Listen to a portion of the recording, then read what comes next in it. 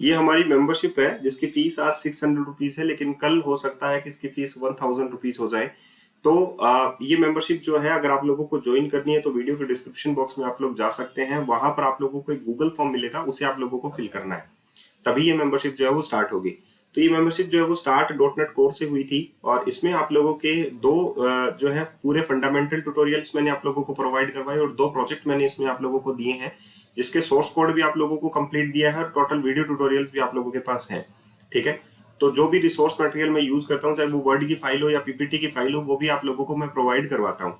इसमें dot net core में पूरा कंप्लीट फंडामेंटल ट्यूटोरियल आप लोगों को मिले हैं, और दो प्रोजेक्ट भी मिले हैं जो कि क्लीन आर्किटेक्चर के ऊपर भी है, और साथ ही आप लोगों का रिपोजिटरी पैटर्न के ऊपर भी है। अब आप लोगों की बारी आती है कि आप लोगों को रेस्ट एपीआई सीखना है, रेस्टफुल एपीआई, और उसके बाद में रेस्टफुल एपीआई के फंडामेंटल ट्यूटोरियल मैंने आप लोगों को दिए। उसके बाद में मैंने एक प्रोजेक्ट बनाया बुक शॉप का, और उसी बुक शॉप के प्रोजेक्ट को मैंने ब्लेजर के अंदर यूज किया, डब्ल्यूएसएम के अंदर। ठीक है, तो blazer as a front end आप लोगों का यहाँ पर काम आता है, और बैक एंड में एपीआई जो है वो रेस्ट एपीआई है, जो कि डॉटनेट कोर के अंदर बनी हुई है। तो यहाँ पर एक प्रोजेक्ट आप लोगों को और मिल जाता है डॉटनेट कोर के ऊपर, बुक शॉप का प्रोजेक्ट। अब वही प्रोजेक्ट जो है हम लोगों को एंगुलर में बनाना है, तो पहले मुझे एंगुलर के फंडामेंटल ट्यूटोरियल आप लोगों को देने थे, तो मैंने उसमें एंगुलर के फंडामेंटल ट्यूटोरियल आप लोगों को दिए, और आप लोगों को इस पर अभी एक प्रोजेक्ट चल रहा है जो कि मीडियम पोजीशन पे पहुंच चुका है, और वो भी कंप्लीट होने वाला है। अब यहाँ पर रिएक्ट के अंदर जो है फंडामेंटल ट्यूटोरियल आप लोगों के चल रहे हैं, ये एक फंडामेंटल ट्यूटोरियल ही है जो कि कस्टम कंपोनेंट आप लोगों को बनाने हैं।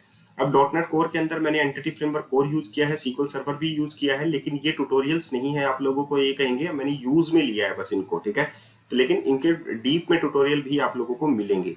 ठीक है, तो आगे ये जर्नी जो है वो एक जर्नी है जो आगे चलती रहेगी। अगर आप लोगों को ज्वाइन करनी है, ये मेंबरशिप ज्वाइन करनी है, तो 600 रुपीज आप लोगों को पे करने हैं, दैट्स ओनली। और आप लोगों को गूगल फॉर्म फिल करना है, जो कि इस वीडियो के डिस्क्रिप्शन बॉक्स में दिया गया है। ठीक है, अब हम लोग आगे चलते हैं और आप लोगों को बताते हैं कि रिएक्ट फॉर्म को आप लोगों को जो कस्टम कंपोनेंट है रिएक्ट के अंदर वो कैसे बनाने हैं। आज का जो ट्यूटोरियल है वो है कि कस्टम कंपोनेंट कैसे बनाएं रिएक्ट के अंदर, और बहुत ही आसान है। जैसे कि मान लीजिए हम लोगों को एक बटन ही बनाना है, और बहुत सारे बटन हैं जो हम लोगों को बनाने होते हैं। ठीक है, तो हम लोग क्या करते हैं, कस्टम कंपोनेंट बटन के नाम से ही बना लेते हैं कि भाई हम लोग अगर सबमिट दें तो सबमिट लिखा हुआ मिले, कैटेगरी क्रिएट लिखे या कुछ भी वॉटेवर कुछ भी लिखें, तो हम लोगों को रेंडर फ्रेगमेंट करना भी आ जाएगा, हम लोगों को प्रॉपर्टीज पास करना भी आ जाएगा कि पेरेंट कंपोनेंट से हम लोग प्रॉपर्टी जो है वो कैसे पास करते हैं। तो ये सारी चीजें आप लोगों को आ जाएंगी। अब हम लोगों को कस्टम कंपोनेंट बनाना है, तो यूटिलिटीज के नाम से मैं एक डायरेक्टरी बना लेता हूँ उसके अंदर, और यूटिलिटीज के अंदर एक कंपोनेंट जो है वो इसके अंदर बना लेता हूँ, that is custom button dot TSX file. यहाँ पर जो आप लोग कहेंगे कि कस्टम बटन है, तो उसमें एक बटन हम लोग लेंगे, और उसके जितने भी पैरामीटर्स हैं वो हम लोग कहाँ से पास करवाएंगे, हम लोग पेरेंट कंपोनेंट से पास करवाएंगे। ठीक है, तो यहाँ पर आप लोग देखिए कि भाई अगर हमारे पास यहाँ पर मैं लिखता हूँ export default function custom button, और कस्टम बटन में जो पैरामीटर वो प्रॉप्स ले लेता हूँ, और एक इंटरफेस जो है वो यहाँ पर बना लेता हूँ। ठीक है, तो यहाँ पर जो कंपोनेंट का नाम है वो है कस्टम बटन, और यहाँ पर मेरे पास जो इंटरफेस में बनाऊंगा वो बना लूंगा मैं कस्टम बटन प्रॉप्स के नाम से। ठीक है, तो एक इंटरफेस बना लेता हूं मैं कस्टम बटन प्रॉप्स के नाम से, और उसमें कुछ रेंडर फ्रेगमेंट भी डाल देते हैं। ठीक है, जैसे चिल्ड्रन है, बाई डिफॉल्ट चिल्ड्रन होता है, तो चिल्ड्रन में जो होता है रिएक्ट डॉट रिएक्ट नोड होता है आप लोगों का। तो यहां पर मैं सबसे पहला जो है वो चिल्ड्रन ही डाल देता हूं, क्योंकि हम लोग जैसे ये लिखेंगे सेव कैटेगरी हो गया, सेव हो गया, सेव चेंजेस हो गया, तो रिएक्ट डॉट रिएक्ट नोड हो गया, ये तो हो गए उसके चिल्ड्रन, यानी कि फ्रेगमेंट हम लोग पास कर सकते हैं, कंटेंट हम लोग पास कर सकते हैं बाय यूजिंग चिल्ड्रन। दूसरा है ऑन क्लिक बटन पर हम लोग ऑन क्लिक इवेंट भी पास करते हैं। तो ऑन क्लिक जो होता है वो एक टाइप ऑफ मेथड होगा हमारा। ठीक है, जो कि नल भी हो सकता है, और जो रिटर्न करेगा दैट इज वॉइड, कि वो कुछ भी रिटर्न नहीं करेगा। ठीक है, तो यहाँ पर हम लोग वॉइड लिख देते हैं। क्लास नेम भी हो सकता है, डिसेबल्ड भी प्रॉपर्टी हो सकती है, उसकी टाइप भी एक प्रॉपर्टी हो सकती है। तो यहाँ पर हम लोग एक टाइप नाम से भी प्रॉपर्टी ऐड कर लेते हैं, जिसको हम लोग नलेबल यहाँ पर डिफाइन कर लेंगे कि भाई टाइप में कौन कौन से टाइप हो सकते हैं। यहाँ पर हम लोग डिफॉल्ट वैल्यूज भी उनकी सेट कर देंगे कि भाई डिफॉल्ट वैल्यूज ये हो सकती है कि बटन हो सकता है, सबमिट हो सकता है, रीसेट हो सकता है। तो यहाँ पर हम लोग ये भी हम लोग डिफाइन कर देंगे इसमें। ठीक है, तो आप लोगों का यहाँ पर सबसे बड़ी बात ये है कि किसी भी चीज को सीखना कैसे है। ठीक है, तो कंपोनेंट जो अगर हमारा जितने भी कंपोनेंट्स हैं, जैसे कि हमारा एंगुलर हो गया या रिएक्ट हो गया, हम लोगों को उसमें कंपोनेंट्स ही बनाने होते हैं, और कस्टम कंपोनेंट्स अगर हम लोग बनाने में कामयाब हो जाते हैं तो हम लोगों को सारी चीजें सीखने में भी आ जाएंगी। अब यहाँ पर देखिए क्लास नेम है हमारे पास स्ट्रिंग, क्योंकि क्लास नेम भी हो सकता है उसका B10 प्राइमरी है तो वो स्ट्रिंग आएगा हमारे पास। डिसेबल्ड होता है तो वो बूलियन प्रॉपर्टी जो है हमारे पास आएगी, ठीक है। अब हम लोग यहाँ पर रिटर्न करेंगे, और कंपोनेंट में क्या रिटर्न किया जाता है, that is type off button. तो हम लोग एक रेंडर फ्रेगमेंट बना लेंगे और उसमें हम लोग बटन को यूज करेंगे ताकि वहां पर एक बटन बन जाए, और बटन जो है वो क्लास के साथ हो, टाइप के साथ हो, आप लोगों का डिसेबल्ड के साथ हो, आप लोगों का ऑन क्लिक के साथ हो। तो यहाँ पर ऑन क्लिक क्या होगा, that is the props dot on click, जो भी प्रॉपर्टीज में रिसीव होगा वो यहाँ पर ऑन क्लिक माना जाएगा इसके अंदर, ठीक है। तो यहाँ पर एक नया कंपोनेंट ही है, और इस कंपोनेंट को हम लोग क्या कहेंगे, यहाँ पर हमारे पास कंपोनेंट आ जाए, राइट। तो यहाँ पर कंपोनेंट को इस तरीके से हम लोग डिनोट करेंगे। तो यहाँ पर अपने पास आ गया button type equals to props dot type, और यहाँ पर हम लोग उसका फ्रेगमेंट लिख सकते हैं प्रॉप्स डॉट चिल्ड्रन, ठीक है। अब देखिए यहाँ पर हम लोगों को इतना आप लोगों को फोकस रखना होगा कि टाइप इक्वल्स टू आप लोगों को डबल कोटेशन कभी भी पॉलिशन में नहीं लगाना, ठीक है।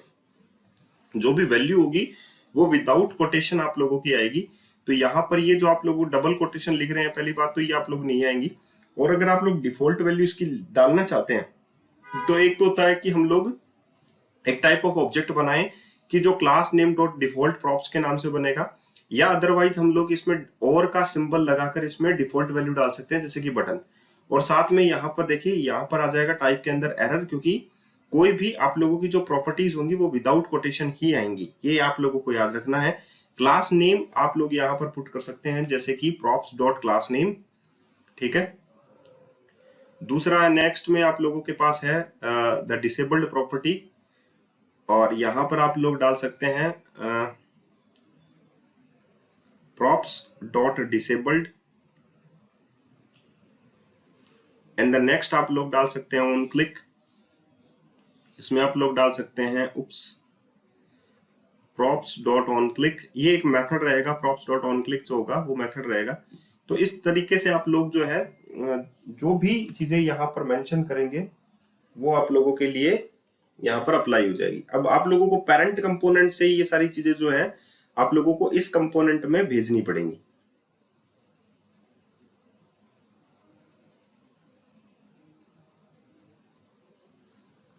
ठीक है।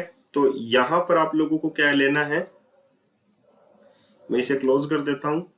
और अब आप लोगों को यहाँ पर सपोज आप लोगों के पास यहाँ पर बटन है, तो उसको उसकी जगह आप लोग कस्टम बटन कंपोनेंट काम में लेना चाहते हैं, तो आप लोग यहाँ पर लिखिए कस्टम बटन, जो कि आप लोगों के कंपोनेंट का नेम है कस्टम बटन, और उसमें जो भी प्रॉपर्टी आप लोगों ने असाइन की है वो ऑटोमेटिकली यहाँ पर आप अपने पास आ जाएंगी। टाइप, जैसे कि आप लोगों को कोई भी टाइप डिफाइन करना है, वो एक टाइप ऑफ स्ट्रिंग टाइप होगा, जैसे कि सबमिट है, बटन है। तो यहाँ पर सबमिट बटन है, तो डिफॉल्ट में आप लोग यहाँ पर जो डिफॉल्ट में आप लोगों ने जो बटन लिखा था उसको रिप्लेस हो जाएगा, that is called submit button. And finally class name आप लोग लिख सकते हैं, डिसेबल्ड आप लोग प्रॉपर्टीज में डाल सकते हैं, इसमें आप लोग ऑन क्लिक प्रॉपर्टी आप लोग डाल सकते हैं अगर बटन हुआ तो, ठीक है। अदरवाइज अगर आप लोग सबमिट डाल रहे हैं तो कोई जरूरत नहीं है। यहाँ पर इस तरीके से आप लोग जो है अलग अलग वैल्यूज जो है वो बदल सकते हैं, जैसे सबमिट हो गया, रीसेट हो गया, बटन हो गया, राइट। सिमिलरली आप लोग क्लास नेम डालें, डिसेबल्ड प्रॉपर्टीज वगैरह डालें, जो भी होगा।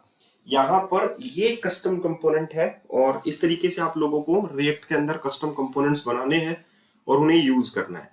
धीरे धीरे करके सारी चीजें आप लोग सीखते जाएंगे, लेकिन मैं आप लोगों को हमेशा एक बात बोलता रहूंगा कि अगर आप लोगों को लिटरली कुछ सीखना है तो वो प्रोजेक्ट के जरिए आप लोग सीखेंगे। यहाँ पर फंडामेंटली ट्यूटोरियल आप लोगों को फ्री में मैं आप लोगों को अवेलेबल करवा रहा हूँ, लेकिन इसका एक कंप्लीट वीडियो ट्यूटोरियल जो रहेगा वो प्रोजेक्ट बेस्ड रहेगा। और प्रोजेक्ट आप लोगों को पता है, आप लोगों को प्रोजेक्ट जो है आप लोगों को मेंबरशिप में मिलेगा। तो अगर आप लोग लिटरली कुछ सीखना चाहते हैं तो मेंबरशिप जरूर ज्वाइन कीजिए। और मेंबरशिप की फीस आज 600 रुपीज है, लेकिन आगे चलकर इसकी फीस जरूर बढ़ने वाली है, ठीक है। तो मैं आप लोगों को यही कहूंगा, फुल स्टैक डेवलपमेंट का मतलब सिर्फ इतना सा नहीं है, बहुत सारी चीजें बाकी हैं और बहुत सारी चीजें आप लोगों को सीखना है, ठीक है। तो अगर आप लोग जॉब को सिक्योर रखना चाहते हैं तो जरूर ये चीजें आप लोगों को मेंशन रखनी पड़ेंगी।